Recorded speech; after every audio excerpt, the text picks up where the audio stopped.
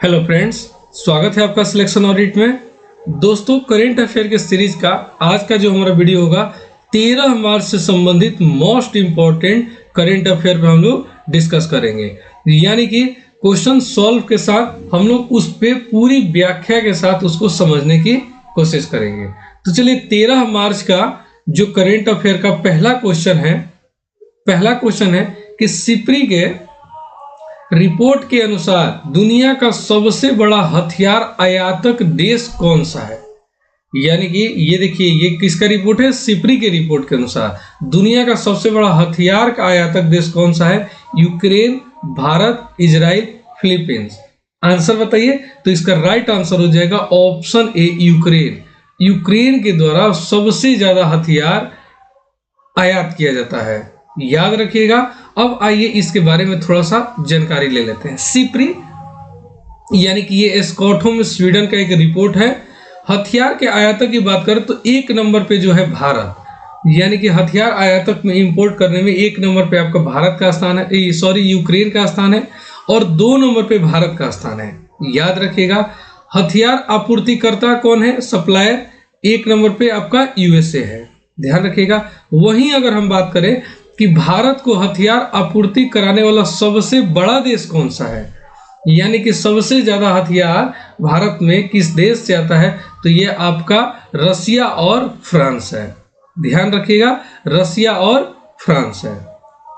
चलिए, तो ये इससे संबंधित कुछ महत्वपूर्ण पॉइंट था जिस पर हम लोग चर्चा कर ले। चलिए नेक्स्ट क्वेश्चन देखते हैं। नेक्स्ट क्वेश्चन है जो कि 2 नंबर क्वेश्चन है। हाल ही में रूस यूक्रेन युद्ध को समाप्त करने के लिए वार्ता कहां पर आरंभ हुई थी? यानी रूस और यूक्रेन के बीच जो युद्ध चल रहा है उसको समाप्त करने के लिए अभी जो वार्ता चल रहा है, यानी मीटिंग चल रहा है, कहां पर आरंभ हुआ है? ऑप्शन ए है जेद्दा, दुबई, टोक्यो, जिनेवा। आंसर बताइए। तो इसका राइट आंसर हो जाएगा ऑप्शन ए, जेद्दा। जेद्दा में अब कहाँ है जेद्दा और क्या है रूस यूक्रेन के बारे में हम थोड़ा सा समझने की कोशिश करेंगे। बस याद इतना रखिएगा कि रूस यूक्रेन के युद्ध को समाप्त करने के लिए जो कॉन्फ्रेंस या जो मीटिंग स्टार्ट हुआ ये जेद्दा में स्टार्ट हुआ है। आइए इससे महत्वपूर्ण बिंदु देखते हैं। रूस ने क्रीमिया पर अधिकार कर लिया था 2014 में, रूस जो था क्रीमिया पर अधिकार कर लिया था। मिन्स्क समझौता बेलारूस में हुआ था, ध्यान रखिएगा। वहीं 2022 की बात करें तो युद्ध पुनः शुरू हो गया था, यानी कि 2014 में तो शुरू हुआ ही था, रूस ने क्रीमिया पर जब अधिकार कर लिया था, फिर 2022 में भी ये युद्ध फिर ये स्टार्ट हुआ।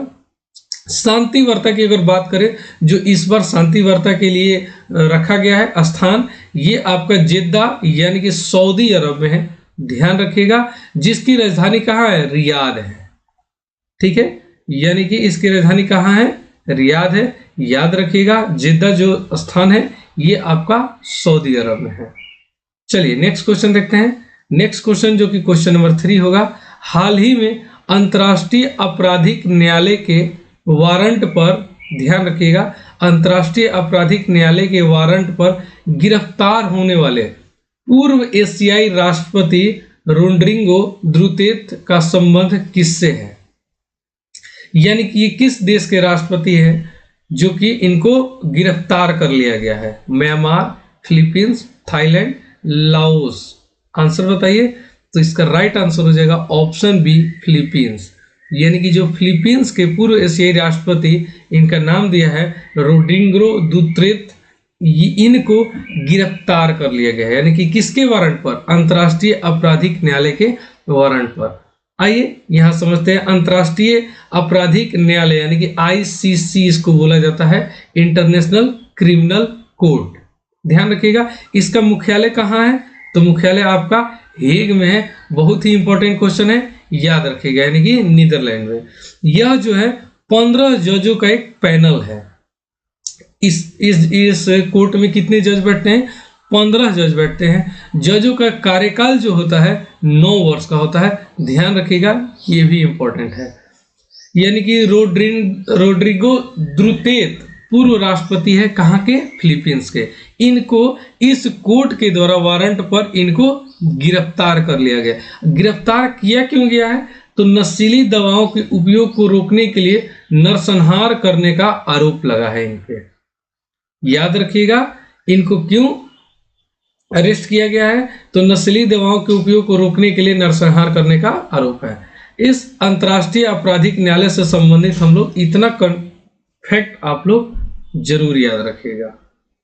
चलिए क्वेश्चन नंबर 4 है, हाल ही में स्वयं का उपग्रह लॉन्च करने वाला, बहुत ही इंपॉर्टेंट क्वेश्चन है। अगर आप बीपीएससी हो या आप रेलवे ग्रुप किसी भी एग्जाम की आप तैयारी कर रहे हो तो ये करेंट अफेयर आपके लिए बहुत ही महत्वपूर्ण है, स्टार मार्क लगा दीजिएगा कि हाल ही में स्वयं का उपग्रह लॉन्च करने की घोषणा करने वाला देश का पहला राज्य कौन सा है।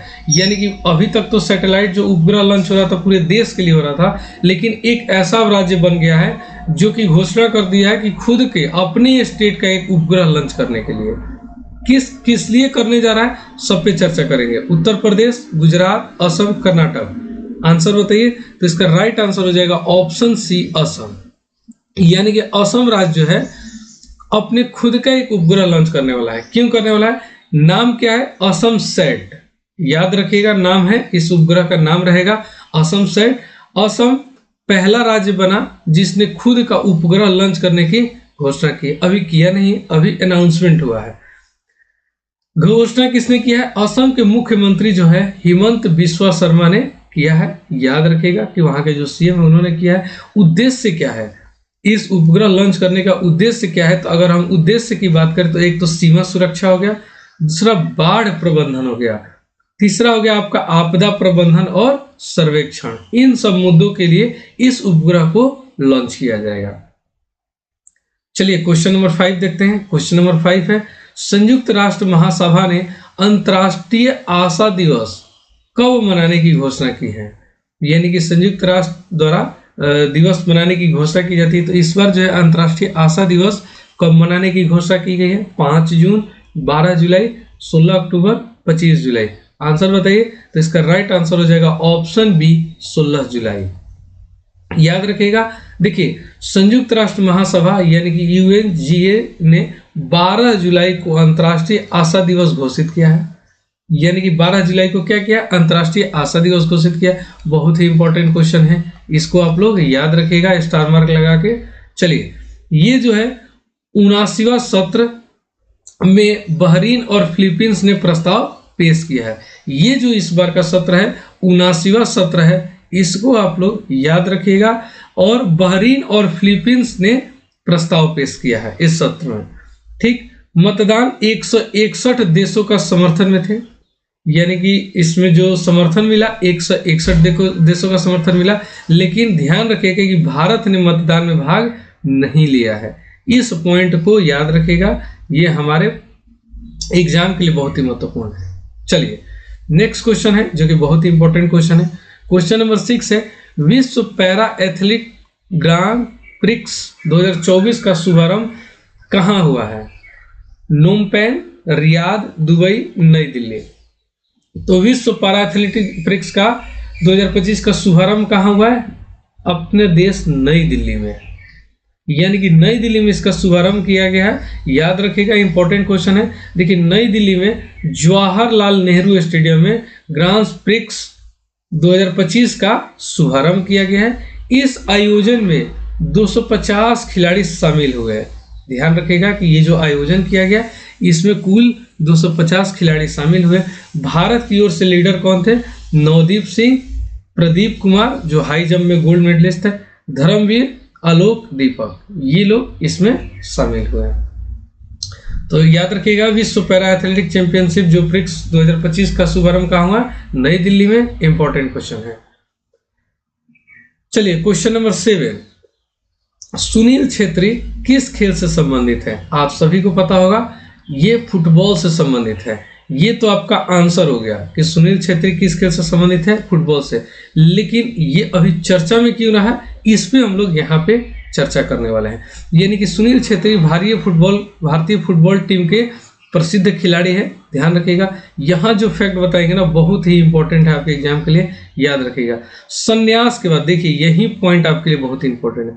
संन्यास के बाद 40 वर्ष की उम्र में राष्ट्रीय टीम में वापसी की है। इन्होंने संन्यास ले लिया था, उसके बाद इनकी उम्र 40 वर्ष हो गई और पुनः राष्ट्रीय टीम में इन्होंने वापसी की है, ध्यान रखिएगा, इसीलिए चर्चा में रहे। भारत के लिए सर्वाधिक गोल करने वाले खिलाड़ी ये रह चुके हैं, ठीक है।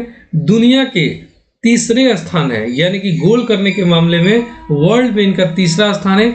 1 नंबर पे आपका है रोनाल्डो, 2 नंबर पे आपका मेसी और 3 नंबर पे सुनील छेत्री जो अपने देश के फुटबॉलर है, ठीक है।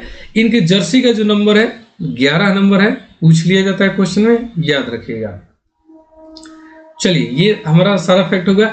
तो आज का ये मोस्ट इंपॉर्टेंट करेंट अफेयर था, जितना बन सकता है हम डेली, किसी दिन 8, किसी दिन 10, आज 7 ही मोस्ट इंपॉर्टेंट क्वेश्चन दिखा, इसलिए हम 7 ही करा रहे, ज्यादा कराने से कोई फायदा नहीं है। इसका पीडीएफ चाहिए तो पीडीएफ हम आपको टेलीग्राम पे भेज देंगे।